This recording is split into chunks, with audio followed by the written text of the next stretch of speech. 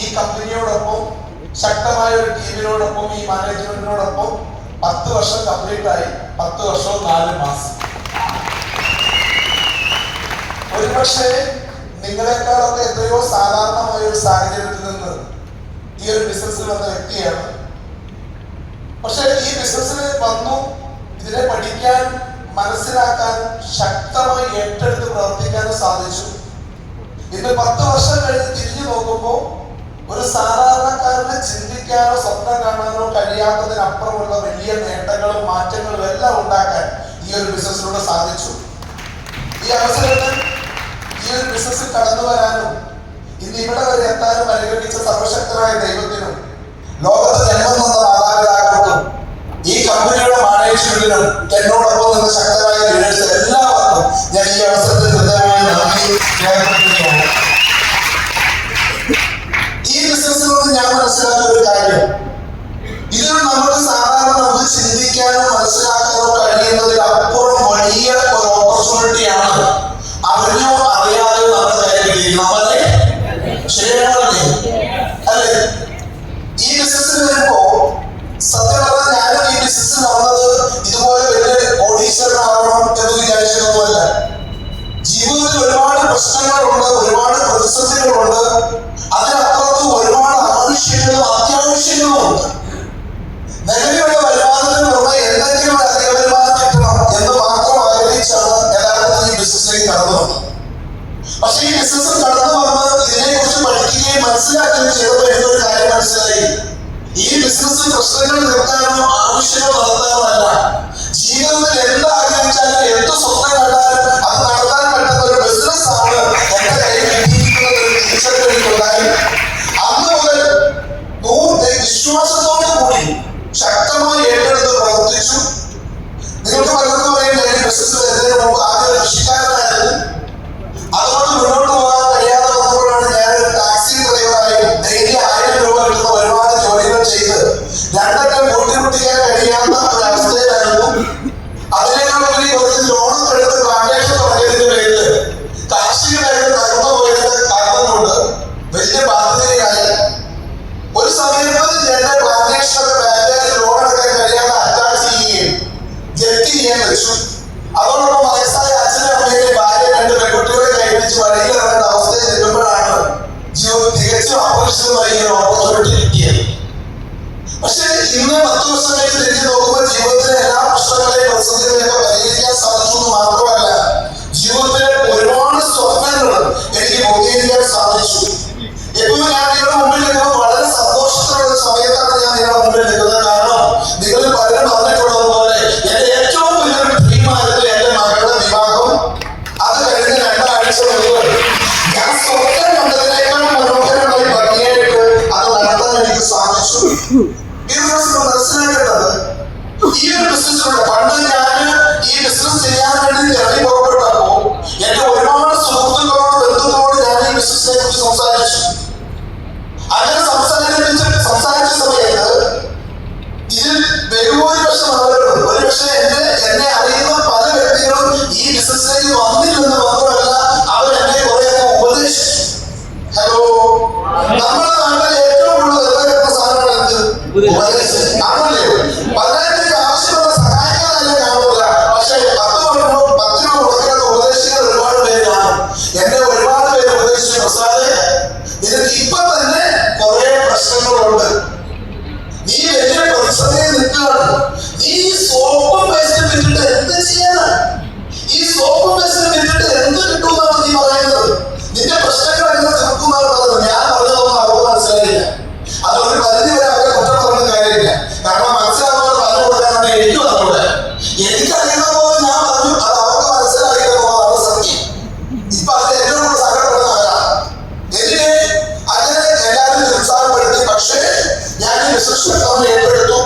ഈ ഒരു ബിസിനസ്സിലൂടെ എന്റെ ജീവിതത്തിൽ എന്ത് മാറ്റം ഉണ്ടായെന്ന് ചോദിച്ചാൽ, ഹലോ, ഒരു കാലത്ത് അരി മേടിക്കാൻ ടാക്സി ഓടുന്നത് ഞാൻ 2 ആഴ്ച മുമ്പ് ഓടുന്ന കല്യാണത്തിന് ലിസ്റ്റ് കൊടുത്തത് രജിസ്ട്രേഷൻ. അപ്പോ ആ മാറ്റം നിങ്ങൾ ഊഹിക്കാൻ പറ്റും. ഞാൻ ബിസിനസ്സിൽ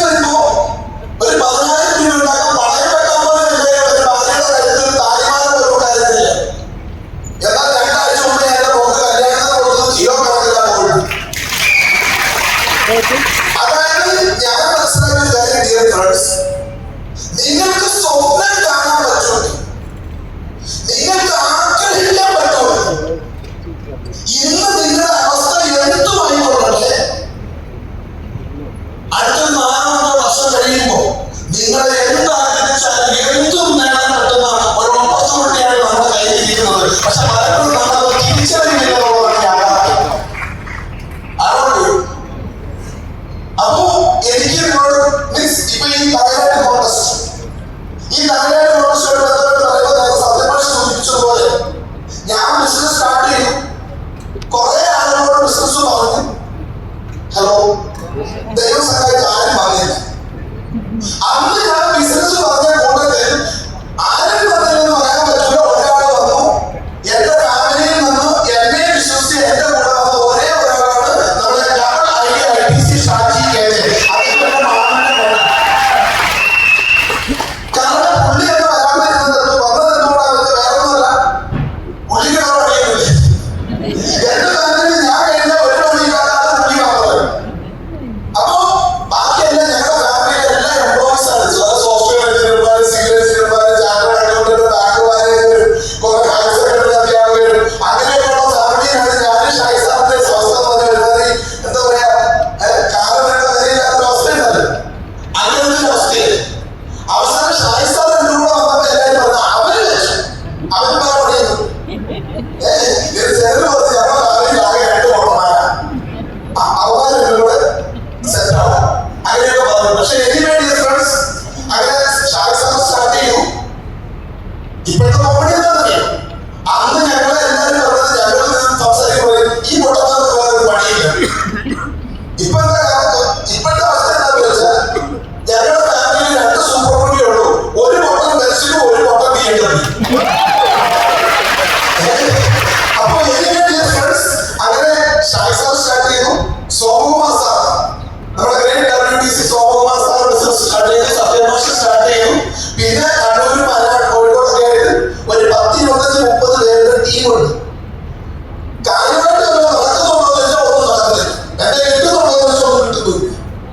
അപ്പൊ ഞങ്ങൾ 10 കൊല്ലം മുമ്പ് ബിസിനസ് തുടങ്ങുന്നത് മനസ്സിലാക്കേണ്ട കാര്യം, കേരളത്തിൽ കമ്പനിക്ക് ഓഫീസില്ല, കേരളത്തിൽ കമ്പനിക്ക് പ്രോഡക്റ്റ് സെന്ററില്ല. ഞങ്ങൾ പ്രോഡക്റ്റ് എടുത്തിട്ട് ബാംഗ്ലൂരിൽ പോയിട്ടാണ്. ബാംഗ്ലൂരിൽ പോയി പ്രോഡക്റ്റ് എടുത്താൽ വെട്ടിയിലാക്കുക, ഇവിടെ കൊണ്ടുവരിക, എന്നിട്ട് കൊടുക്കുക. അങ്ങനെയാണ് നമ്മൾ ടീം ചെയ്യുന്നത്. ഇനി അതിലും തന്നെ രസം, ഐഡിയ ടെസ്റ്റ് ചെയ്യാൻ വേണ്ടിയിട്ട് നമ്മൾ സൈറ്റ് ഓപ്പൺ ചെയ്താലോ, സ്റ്റേറ്റ് നോക്കുമ്പോൾ കമ്പനിയുടെ സൈറ്റിൽ കേരളമില്ല.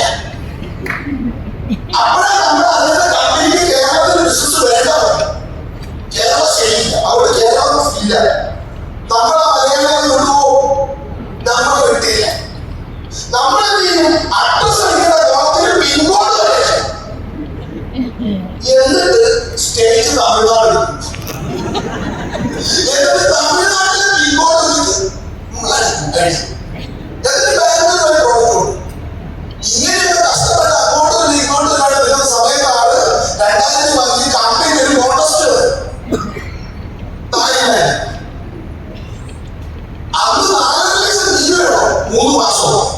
ഈ കമ്പനിയുടെ കാര്യം ഞാനിപ്പോ അറിയിക്കുന്നത്. ഇപ്പൊ കമ്പനി വളർന്നു കഴിയുമ്പോ 3.25 ലക്ഷം രൂപയുടെ കുറച്ചു മാത്രമല്ല 4 മാസമായിട്ട് ഉപയോഗിച്ചു. അപ്പൊ അത് സത്യഭാഷ സംസാരമാണ് പറഞ്ഞത്, നമുക്കിത് അടുക്കണം. ഞാനെന്താ ഇവരുടെ ആവേശം പറഞ്ഞു എന്നാ കോൺടെസ്റ്റ് ചെയ്യും. ഔട്ട്ലെറ്റ് ഇല്ല, പ്രോഡക്റ്റ് ഇല്ല, സയൻസ് പോലില്ല. പക്ഷേ പ്ലാൻ ചെയ്തു, അടിക്കാൻ തീരുമാനിച്ചു. നേരെ വീട്ടിൽ നിന്നിറങ്ങി മേപ്പയിൽ വന്ന് സൽമാൻ കോട്ടയിൽ മാസം 800 രൂപ വാടകയ്ക്ക് കൂടി ഒരു ഒളിഞ്ഞ കട്ടിലും പോയി കൂടി കൊതുകറിഞ്ഞ ഒരു ചെറിയ സെറ്റ് വീട്ടിൽ പോകില്ല, വയനാട് അങ്ങോട്ട് പോകാറ്. അങ്ങനെ രാവും പകലും പ്ലാൻ ചെയ്തു, അതിനുവേണ്ടി ഇറങ്ങി തിരിച്ചു. ഈ കോൺടെസ്റ്റ് അടിച്ചിരിക്കും എന്ന് തീരുമാനിച്ചു. ആ കോൺടെസ്റ്റ് 3 മാസം കമ്പനി വെച്ചു. 4-ാമത്തെ ആഴ്ച MS പ്രസാദ് കോൺടെസ്റ്റ് അച്ചീവ് ആയി.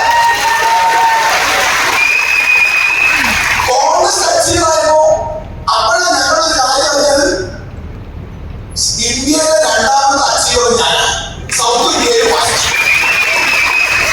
കോൺടെസ്റ്റ്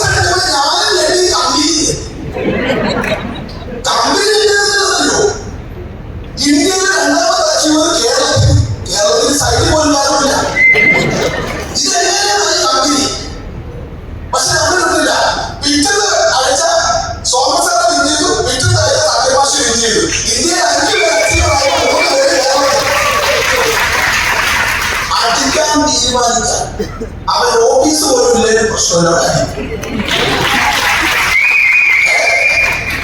അപ്പോ പക്ഷെ അത് അനുസരിച്ച് തന്നെ ഗുണമേറ്റെന്നറിയോ? ആദ്യമായി MS പ്രസാദ് എന്ന് പറഞ്ഞ പേര് പ്രവീൺ ചന്ദ്രൻ കേട്ടത് ആ കോൺഗ്രസ് അടിച്ച ആളുപോലെ. ആ അടിയോടുകൂടി എനിക്കൊരു അഡ്രസ് ഉണ്ടായി, സത്യപ്രകാശ് അഡ്രസ് ഉണ്ടായി. അവിടെ ഇങ്ങോട്ടുള്ള വളർച്ചയൊക്കെ ആ ഒരു ബ്രാൻഡിങ്ങിന് തരല്ലായിരുന്നു, അതൊരു ബ്രാൻഡിങ് ആണ്. ഇപ്പൊ നിങ്ങൾ ആലോചിച്ച് ഇവിടെ എത്രമാത്രം നിയമങ്ങളുണ്ട് പല റാങ്കിലായിട്ട്. ഇവിടെ ഏറ്റവും ഗംഭീര റിയലേഷൻ ഉള്ളത് ആരാണ്? കോൺഗ്രസ് അടിച്ചത്. ഈ കോൺഗ്രസിന്റെ പ്രത്യേകതയുണ്ട്, ഇവിടെ ഇതാണ് ഏറ്റവും വലിയ വില. ഇവിടെ പിന്നെ UDC അല്ലാതെ വരുമോ? അപ്പൊ നിങ്ങൾക്ക് ഒരു നല്ല തുടക്കം കുറിക്കാൻ കിട്ടിയ ഒരു അവസരമാണ് ഈ കോൺഗ്രസ് എന്നാണ് എനിക്ക് പറയാനുള്ളത്. രണ്ടാമത്, ഈ സാഹചര്യം വളരെ ഇമ്പോർട്ടന്റ് ആണ്. ഒന്ന്, ഇത് 2025 ആവട്ടെ. ജനുവരി 1 മാത്രമല്ല ന്യൂ ഇയർ, 15 ന്യൂ ഇയർ തുടങ്ങിയ ഈ വർഷം നിങ്ങളുടെ ജീവിതത്തിലെ ഏറ്റവും നല്ലൊരു വർഷത്തിന്റെ തുടക്കമാക്കി മാറ്റാൻ നിങ്ങളുടെ സഹായം. അതിന് നിങ്ങൾക്ക് കിട്ടിയിരിക്കുന്ന 2 കാര്യമാണ്. ഒന്ന്, നെക്സസ് 2025. ഈ 10 വർഷത്തെ ചരിത്രത്തിൽ ആദ്യമായിട്ടാണ് കമ്പനി ഒരു പ്രോഗ്രാം ഇവിടെ കോർഡിനേറ്റ് ചെയ്യുന്നത്. ആണല്ലേ നെക്സസ് 25. 10,000 ആളുകൾ പങ്കെടുക്കുന്ന ഈവന്റ് എന്ന് പറഞ്ഞാൽ ഇവിടെ ആലോചിച്ചു. അതിന്റെ സ്റ്റേജ് എന്ന് പറഞ്ഞാൽ ആലോചിച്ചു. അവിടെ കഴിഞ്ഞിട്ട് ചുമ്മാ ഒരു മെഡൽ മേടിച്ചിട്ട് ആ ഫോട്ടോ ഒന്ന് സ്റ്റാറ്റസ് വെച്ചാൽ നിങ്ങൾക്ക് അത് കാണിച്ചിട്ട് സ്വീകരിക്കാം. അതിന് വലിയ പ്രാർത്ഥന തന്നെയല്ല. ഈ സമയത്ത് മറ്റൊരു പ്രത്യേകതയാണ് കോൺടെസ്റ്റ്. സാധാരണ ഈവന്റ് വരും, ചില സമയത്ത് കോൺടെസ്റ്റ് വരും. പക്ഷെ എന്റെ ഇവന്റ് അനുഭവം ഇത് രണ്ടും കൂടെ ഒരുമിച്ച് വന്ന ആദ്യമായിട്ടാണ്. ഒരേ സമയം കോൺടെസ്റ്റ്, അതേ സമയം നെക്സസ്. ഇപ്പൊ കിട്ടുന്ന ബീക്ക് എന്തൊക്കെ പ്രയോജനമാണെന്ന് ഒരേ ബീ കൊണ്ട് തായ്ലാൻഡിൽ പോവാം, അതേ ബീ കൊണ്ട് നെക്സസിൽ കയറിയിട്ട് ഹലോ. നിങ്ങളെ ആരെങ്കിലും റിജക്ട് ചെയ്തിട്ടുണ്ടോ? നിങ്ങളെ ആരെങ്കിലും കളിയാക്കിയിട്ടുണ്ടോ? നിങ്ങളെ ആരെങ്കിലും പരിഹസിച്ചിട്ടുണ്ടെങ്കിൽ അതിന് മറുപടി കൊടുക്കാൻ പറ്റിയ ഏറ്റവും നല്ലൊരു അവസരമാണ് ഈ തായ്ലാൻഡ് കോൺഗ്രസ്. ഈ കോൺഗ്രസ് അടിച്ചിട്ടുണ്ടല്ലോ, വെറുതെ പോകരുത്. നമ്മുടെ വീടിന്റെ ചെറിയ ചെറിയ ജംഗ്ഷൻ ഉണ്ടാവും, കവലകളൊക്കെ. നമ്മളെ ഏറ്റവും കൂടുതൽ കളിയാക്കുന്ന ആളുകളുടെ പ്രതീക്ഷകളുണ്ട്. നമ്മുടെ കയ്യിൽ നിന്ന് കാശ് ഉണ്ടായാൽ ഒരു 4 ലക്ഷം വിശ്വസിച്ചുള്ള തായ്ലാൻഡിലേക്ക് പോകുന്ന ഇന്ത്യക്ക് അഭിനന്ദനം, യാത്ര ആശംസകൾ എന്നൊക്കെ പറഞ്ഞിട്ട് 4 ലക്ഷം അടിക്കാം. രാത്രി നിങ്ങൾക്ക് കെട്ടാൻ പറ്റും, കേട്ട് പകരാണെങ്കിൽ നിങ്ങളായിട്ട് കെട്ടാൻ പോലും ആരുടെ കാര്യം ചുമ്മാ ആരെങ്കിലും നമ്മളെ അറിയുണ്ടായിരുന്നു. പക്ഷെ എന്നിട്ട് വേണം തായ്ലാൻഡിൽ പോകുമ്പോ എയർപോർട്ടിൽ നിന്ന് സെൽഫി. ഈ പൊട്ടമ തിരിച്ചു പറയാം തായ്ലാൻഡിലല്ല ചെന്നൈ കൊടുക്കുന്നു. എന്നിട്ട് എയർപോർട്ടിൽ നിന്ന് സെൽഫി, തായ്ലാൻഡിൽ നിന്ന് ഇറങ്ങിയിട്ട് സെൽഫി, ആ ഹോട്ടലിൽ ഇറങ്ങിയിട്ട് കുറച്ച് ഫോട്ടോ, ഇതൊക്കെ സ്റ്റാറ്റസ് വെച്ചിട്ട് തിരിച്ചു വരുമ്പോൾ ആളുകൾ റെഡിയായി. ആളുകളോ? കാരണം ഈ ലോകം സക്സസ് ആവുന്നതിന്റെ കൂടെ വളരെ ആളുകളിലേക്കും നിങ്ങൾ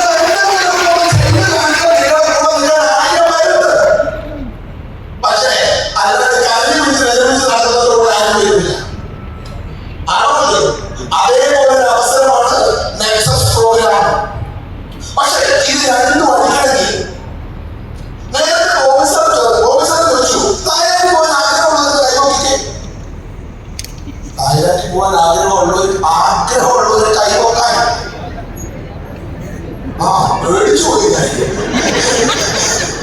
ഞാൻ ഈ പ്രോഗ്രാമിനെ ആഗ്രഹമുണ്ടല്ലേ, പാസ്പോർട്ട് ഉള്ളവർ ഒന്ന് കൈവക്കിക്കും.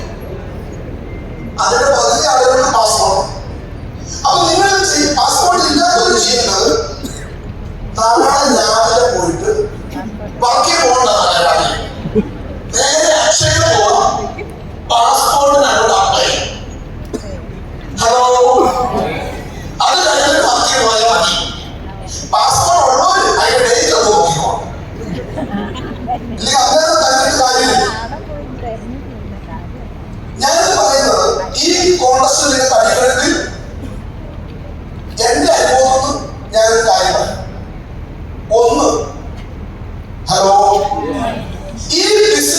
കോൺടസ്റ്റ് ആയാലും ഈ ബിസിനസ് ആയാലും 100% നോർമലായ ആളുകൾക്ക് ഭയങ്കര ടഫായിരിക്കും. ഹലോ,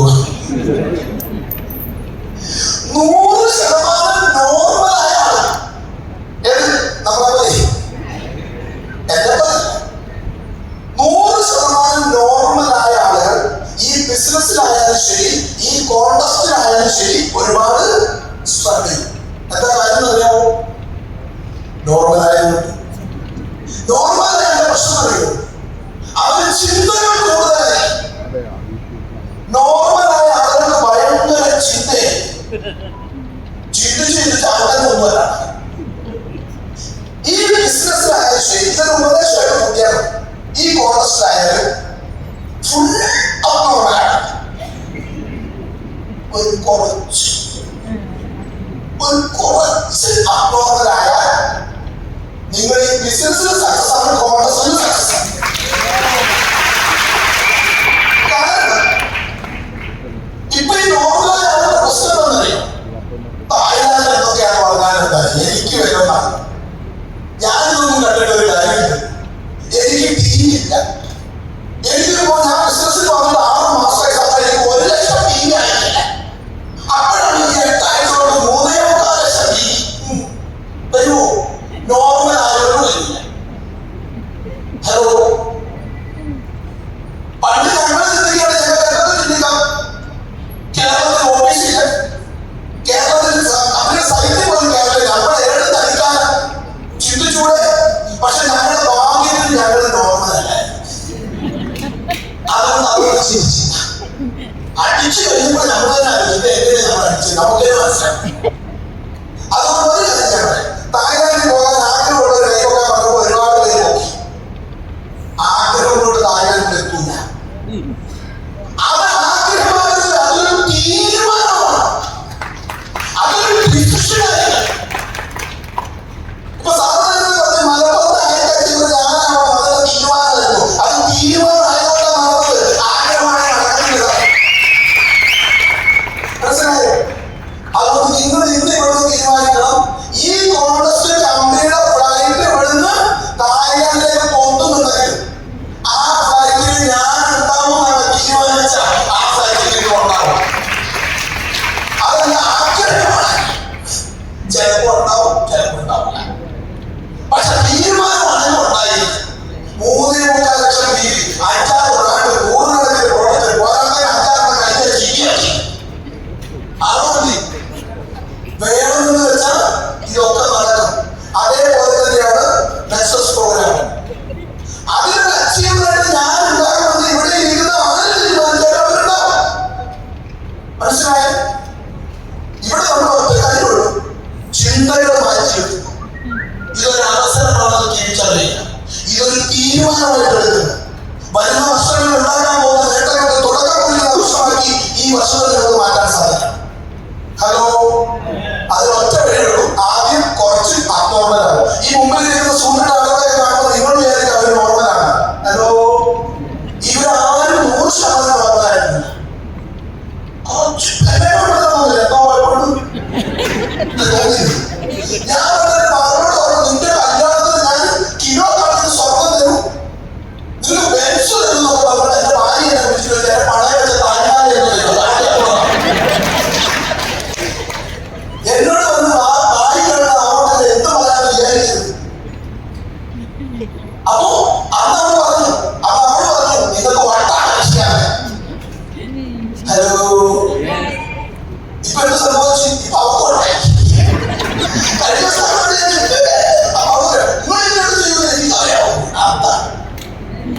എനിക്ക് വട്ടാന്ന് ഭാര്യ പറഞ്ഞിട്ടുണ്ട്. അതുകൊണ്ടാണ് ഞാൻ അച്ചീവായത്. നിങ്ങളോട് അതുകൊണ്ടാണ് നിങ്ങൾ അപ്പൊ ഒന്ന് ഈ ബിസിനസ് ചെയ്യണോ, ഇന്നൊരു തീരുമാനം എടുക്കുക, കൂടുതൽ ചിന്തിക്കാതിരിക്കുക. നിങ്ങൾ അത്രയും ലീഡറായിട്ട് പ്ലാൻ ചെയ്യുക. ഈ ഫ്ലൈറ്റിൽ ഞാൻ ഉണ്ടാവുമെന്ന് തീരുമാനിക്കുക. പാസ്പോർട്ട് ഈ നാളെ കൊണ്ട് കൊടുക്കുക. ഞാനിത് പറഞ്ഞാൽ കുറെ പേര് നാളെ കൊടുക്കില്ല പാസ്പോർട്ട്. കാരണം എന്താണല്ലോ, അവര് നോക്കല. അവര് പറയും സാറേ നാളെ കൊടുക്കണ്ട, അടിച്ചിട്ട് കൊടുക്കാം. അവൻ ഓർമ്മ ഓൾറെഡി മനസ്സിലായി. അപ്പൊ അതുകൊണ്ട് ഒന്ന് പൊട്ടനാണ്.